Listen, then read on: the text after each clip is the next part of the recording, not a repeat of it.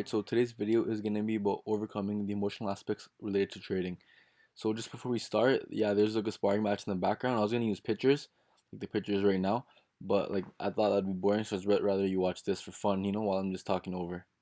So shout out to this dude over here for giving me the question, and if you have any other questions, just leave a comment below or anything you guys want me to make a video on. So yeah, we'll begin. So before we overcome something, we have to realize what are we overcoming.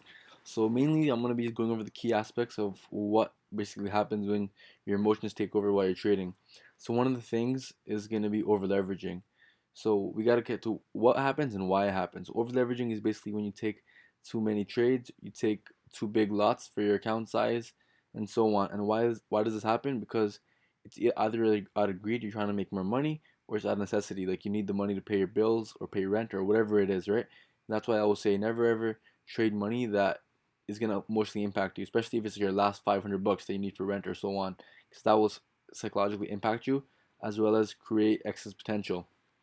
And you guys can learn about that in the book Reality Transurfing. So how do we overcome over leveraging, right? Main thing, you got to be disciplined. You got to follow the plan and be disciplined. So we'll talk about this later on. But first, let's just get to the key aspects of what's happening when the emotions are coming in while you're trading. Another problem is over trading. Over trading is when you're taking way too many trades. You're not following your plan. Suppose your plan says take 3 trades a day, but now you're entering 4 or 5 trades. Or like suppose you take a GBP JPY buy and you take a GBP AUD buy, and your plan says only take, if currencies are related, only take one or two trades for that. So if you're taking too many trades, if you're buying GJ, you're buying GU, you're buying GN, you're buying all these GA pairs, it might be like it's 4 different trades, but in reality you're betting on the same thing. You're technically betting against GBP going up, so that counts in overtrading, and that is also due to greed. My bad, and that can really impact your trading because with overtrading, you can also have like a lot of winners at once. We can also have a lot of losers, and with a lot of losers, that's going to impact your trading even more, as it's going to put you on a losing streak, and you're going to lose a lot of profit. And another problem that people have is not securing their profits early or closing their profits early. And that's usually when you're in profit, maybe 50 to 100 pips, 200 pips, maybe even 500 pips, right? And you're getting greedy, and you're not closing profits. You're letting them run. Or even if you're in profit about 100 pips, and you're not putting your stop loss at break even, you're not securing profit because you don't want to get stopped out, and that's basically due to fear and due to greed once again. And you got to overcome that by emotionally managing yourself and having like a set plan, like what your targets are for the day, what your targets are for the week, for the month, and so on. And that way you won't really have that problem, and we'll go and discuss these in more detail later on. Another problem you might have is you're not following your trading plan. For example, you might not be following your risk management rules. For me personally, I risk 5% per trade. If I'm risking 5.1%, I am breaking my rules, therefore showing a lack of confidence in my systems. Another thing that you might be doing is you're not using a stop loss. You might be like those traders who don't use SL because you're afraid to get stop hunted. And yeah, okay, you might get stop hunted once or twice, but more often than not, when your stop loss hits, it's gonna be showing you that you're wrong. And even if your stop loss gets hit and you're managing risk, you can just re-enter later once you come back to your entry level, right? So it's good to always have a stop loss, and especially to avoid like big major losses, because you don't want to blow your account over a meltdown or over a big ass bullish run. And so stop loss is always key. I understand some traders, they might be risking like 1% per 100 pips, so they don't use a stop loss because they're targeting very small returns. So therefore, for those guys, they can do it. But if you're risking like 3 or 4% per trade for maybe about 30 to 50, 60 pip stop loss, you don't want to use no stop loss, because if it melts 200 pips, 300 pips, you're going to be down about 10, 15%. And the loss is not that big. Like those losses we can easily recover from, but the problem is the psychological impact it has. Because suppose you lose 10% on a trade, and you're risking maybe 3% per trade. So now in your next trade you have to win. You're going to be forcing the win, and that's going to ultimately impact your trading. And that's basically due to being not realistic and being over optimistic. Like you always think your stop loss is not going to get hit. Let me just enter this trade, or using more risk than necessary. Instead of using 5% risk, you're using 10%. You're being over optimistic. You see a setup that you consider golden. You'll be like, oh, I'm gonna bet double on this, bet triple on this. So therefore, that's gonna really create excess potential, and it's also gonna impact your trading in the scenario that you do lose. And in the scenario that you do win, it's still gonna be negative, because yeah, you might have won this time, but what about the next 10 trades? if you do the next 10 or 20 trades, you're bound for one trade to at least go wrong. That's part of trading. And if that one trade you're too big on it, you're gonna blow most of your equity, and that's gonna put a severe hit on your account as well as your psychological management. And another thing that's not part of your plan might be is trade timing. Like you don't want to be entering trades at random times during the day, especially around New York's close, around 4 to 5 p.m. Eastern. That's a really bad time to enter trades. So you should be following your trading plan. For me personally, I'm only entering trades in the beginning of New York session, the first 4 hours, and maybe London session. But for London session, I'm only entering around 3 to 4 a.m. Eastern. And for New York, I'm entering around 8:30 a.m. Eastern to about 11:44 a.m. Eastern. And after that, I'm not entering. And if I'm entering any other time, I'm not following the plan. But I won't be doing that because that once again shows a lack of discipline, a lack of confidence in my systems, right? So yeah, false beliefs and hopes are ultimately gonna be impacting your account eventually. It might not be one trade, it might not be two trades, it might not be three, it might not even be 100 trades. But one trade will come where it will fuck you up, and you don't want that to happen. So to manage this, you essentially need to work on your discipline and self-control, and they both go hand in hand. And we'll go over this in like the next segment. But yeah, so the markets are very humbling, right? Like you either gotta humble yourself or the markets will humble you. So you have two options. You can suffer the pain of discipline or the pain of regret. It's your choice. The pain of discipline, yeah, you might lose one or two trades.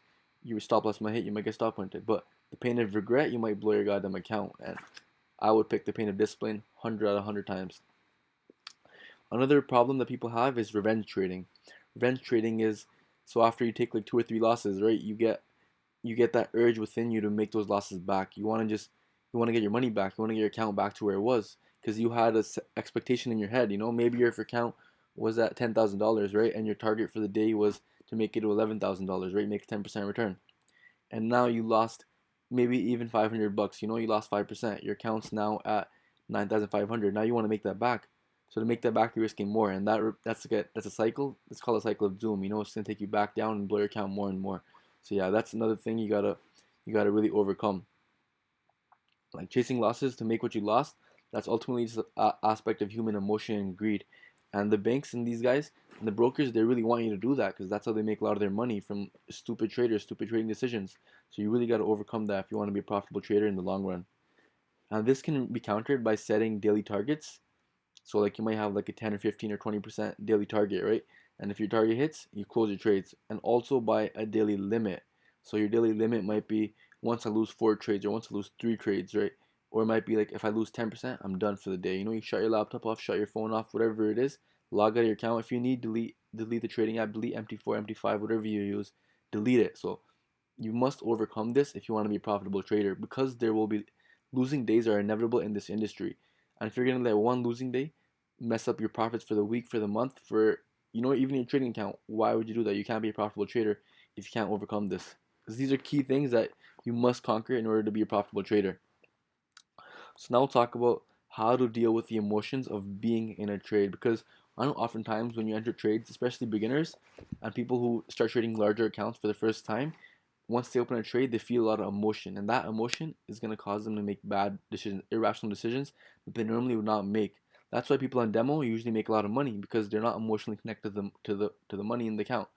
But once it's your live account and you enter a trade, oftentimes the untrained trader will have a lot of emotion. So in order to deal with the emotion, I would say firstly you should manage your risk, right? So manage your risk. Use whatever percentage you use. I recommend like 5% for experienced traders like myself. And then if you're just starting out, I would say 1 or 2% to get warmed up. And then maybe after about 6 months to about a year, go to maybe about 3% or 4%. And once you really get the hang of it, once your systems are proven profitable, then maybe do 4 or 5%. And then of course I know some high risk traders who even do 10%, 20%, but they do it on accounts that they're willing to lose. So that way it's not going to be affecting them emotionally when they're in a trade. And this ultimately, when you manage risk, you avoid excess potential because suppose I normally enter 5% per trade, and on one trade I'm entering 20%. Now, of course, I'm gonna be creating excess potential because I'm gonna be having lots of like greed behind it, a lot of emotion attached to it. And once you create that excess potential, the universe, the balancing forces are gonna come in, and the easiest way to balance it out is to make you lose a trade, and therefore the potential will be balanced out. But what's gonna happen to your account? You're gonna be losing the trade, and thus losing a big amount. Also, to deal with emotions, only enter very high probability tested setups. So setups that you've backtested before. I would say over at least the bare minimum 200 trades per pair. So for GJ, if your whatever your setup is A, right? Whatever your setup A is, make sure you've tested it at least 200 times. And then if you're gonna add it, do it for gold as well. Do it another 200 times. I would recommend even more, 500 up to 1,000, 10,000. The more, the better. So when you're creating high probability setups, you have confidence in these setups, so you won't be emotionally impacted because for a certain setup A, for example, you might be like, okay, this setup I've been taking it, and on the simulator it shows me I have about an 80% win rate or like even a 70% win rate, whatever it is, you know. So now you have the confidence. You know there's a 70% chance. So there's no way you're gonna risk more because you know there's a 30% chance you might lose it, but there's a 70% chance you'll win. So you will take the shot, but not over leverage it because you know there's a 30% chance of your loss. So that really helps as well. Another method I use is the set and forget method. I basically will set my trade, set my stop loss, set my TP, and not forget about the trades. I'll open whatever trades around New York. It'll be maybe 2 or 3 trades, sometimes four, maximum for myself. And I'll set the trades and I'll forget about them. You know, I'll go on with my day, do my daily routine and so on, workout, whatever. And then maybe I'll check on the trades after about 4 hours, maybe after about 5, 6 hours, maybe the next day. You know, it all depends on the trade and my targets. So yeah. So for this also that relates to this method, I would use trading view charts to view my trade rather than MT4, because as soon as you're on MT4 you see the profits and like the P&L, right? Profits loss, whatever it is, and that can impact you emotionally. Rather, when I'm looking at trading view charts, it's simply price action charts. So I'm not really as emotionally tied as I would be on my MT4 chart, where it shows me right where my buy entry is, where the profits running, the spread, and so on. And you oftentimes are tempted to look at your P&L as well, so that can also impact you emotionally. So yeah, that's how to deal with the emotions of being in a trade. And now we'll cover how to build discipline or how to be disciplined. So essentially for this, you got to be disciplined in all aspects of life. You can't expect to be disciplined in trading, but be undisciplined in all other areas of your life. You're lazy, you don't eat goods, and so on. So in order to be disciplined on the charts, you got to become a disciplined person in general. So I would say maybe first of all, like the easiest thing is your food. You know, the food you're eating. Are you disciplined with your diet? You know, you don't have to be eating asparagus and chicken breast three, four times a day. You know, you can have some cheat meals as well, but just control your diet. Try to eat healthy. Get your fruits, vegetables, nutrients, essential vitamins, and so on. And drink loads of water and stuff, right? So the first thing, if you can control what you can eat, you can control every other aspect of your life as well. So that's the first thing. Another thing that really helps is like working out or a training regimen. Oh, I just did a roll. That's jokes. Whatever. I don't even know what's happening. You know, just don't mind the video. But yeah, so oh shit, this shit stopped. Alright, one second, I'm gonna be back. My bad. So the sparring video just ended. But yeah, I'll just pick off and my bad. You guys get this ugly ass picture, but whatever. You can listen to like a podcast or something. But yeah, so the gym, right? So training, whatever you're gonna be doing, working out, boxing, wrestling, just doing push-ups, sit-ups, working out at home, working out at the gym, skipping rope, going for a run, whatever it is. Just make sure you get some physical activity, as it's gonna help. It's gonna help your fitness and your body and your health. But also, if you consistently dedicate yourself to working out, maybe 4 times a week, 3 times a week, 5 times a week, even 6 or 7 times a week, you know, it doesn't have to be long. It could be 30 minutes a day, 45 minutes, 1 hour, you know, 2 hours, even if you want to really push it, or 3 hours if you want to push it like to the limit. But like not to the limit, but just push it, you know, for the average person. Once you're disciplined with your regimen, your diet, you're gonna just start getting that aspect of discipline into your life, and that's gonna carry on with you while you're trading. Another really thing you can really improve is your mental state. So to improve your mental state, there's a lot of different ways, right? One example, one really thing that really works well for me is meditation. So meditating 10 or 20 minutes a day, 30 minutes a day, even sometimes even 1 hour a day, right? It can help you a lot. It'll help you reach a state of no mind, and that's really beneficial with trading because it helps control your ego, helps control your self control and discipline. And if you can make yourself sit down and do nothing for 20 minutes, it's not going to be that hard because most of the like trading is not going to be that hard because most of the time in trading, the hardest part is just sitting on your freaking hands. You gotta sit on your hands and just watch the charts until it's time for execution, until your intuition guides you to enter. That's why meditation is a key practice that I would recommend every single trader to apply. And even if you're not a trader, I would recommend it anyways because it helps you in all areas of your life. You'll just become a better human being over time. Another thing you can do to improve your mental state is to remove blocks. Remove mental and psychological blocks. I'm not gonna go into too much depth on this. You guys can just Google it. So yeah, one example of a block, maybe you have an issue with money. Like your parents didn't have a lot of money, So you might be experiencing a block in your life. You can't really accept that you're worthy of making more money or worthy of easy money like this if your parents were working really hard in a labor job for money. So that's just one example of a block. There's many other blocks that you might have to remove. And that could be obstacles in your path. Another way is to face and overcome past traumas, as this can often have a subconscious like a impact on our subconscious mind that we might not even know about. So just try to go into your past and see any type of trauma you had. The first thing you got to do is face it, and once you face it, you feel the emotions of it, then you can finally overcome it. So yeah, don't run from your past, rather face it and overcome it, because your past does not make you who you are. You know, the mistakes of your past are not you who you are today. You're not bound to be the same person that you were yesterday. You know, you got to rather learn from those mistakes, learn from the trauma, and be a better human being, be a better version of yourself. So don't let that impact you today, because a lot of people are just victims or like prisoners of their past, and that really impacts their future. So you want to live in the present rather, and be like looking forward toward the future, but be always living in the present, and don't ever let your past affect you, because you have the choice today to be who you want to be. You know, your past does not make you who you are. Another aspect to really help build discipline and like improve your mental state is to maybe discover more of yourself. You know, discover yourself, discover who you truly are. This can be done through meditation and a lot of other practices. You know, like try to go on the spiritual journey with yourself, the spiritual path. You know, like there's a lot of different ways to do it. I'm not gonna be giving you prejudice like by giving my own ways.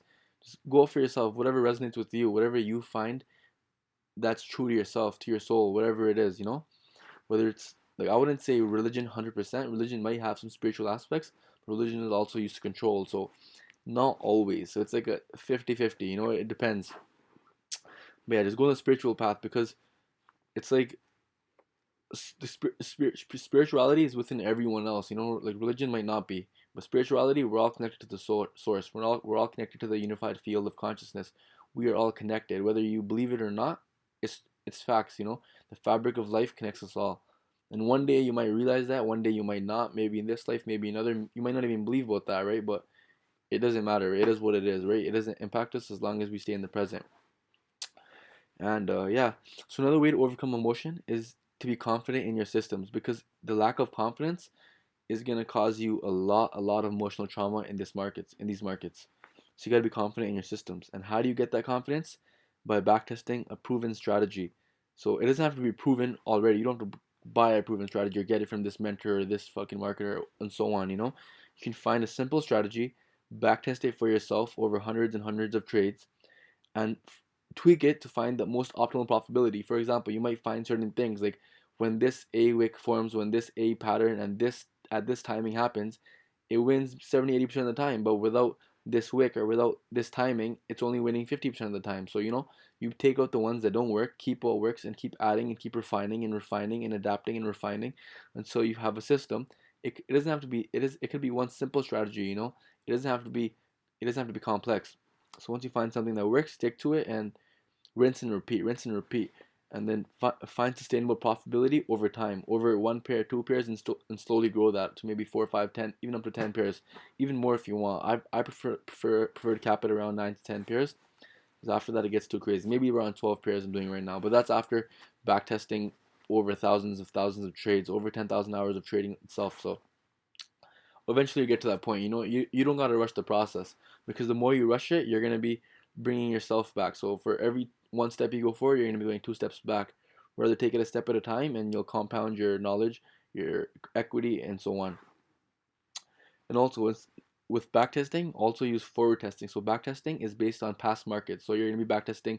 Maybe right now we're in 2020, you might be backtesting the 2015 market, 2016, 2017, 2018, 2019 markets even, right? So also use forward testing. So forward testing is basically testing into the future. Of course, that's not possible as of yet, but what I mean by this is using like you use a demo account or something like that, and you're basically testing, treat it as much as live, and treat it as live, and just be forward testing. So suppose this week you use your exact systems, you backtest it for the week on demo, and just see what works. You know, if it's working consistently for 2 or 3 weeks or 4 weeks, then maybe start a small live account, maybe $100, $1,000, whatever you can afford, right? But whatever is small for yourself. Don't be putting up 70-80% of your net worth and considering it small. You know, especially when you start up. So yeah, just start from start. Shit, my laptop just died, but whatever. Getting back to it. So yeah, another way to be confident in your systems is to use high risk to reward.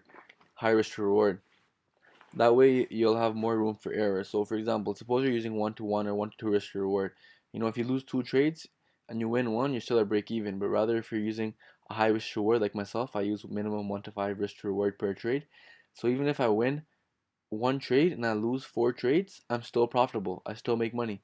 Even if I gotta lose five trades per win to be a break even, and that's very, very, very unlikely. It has like a 1% chance. That's never happened to me so far.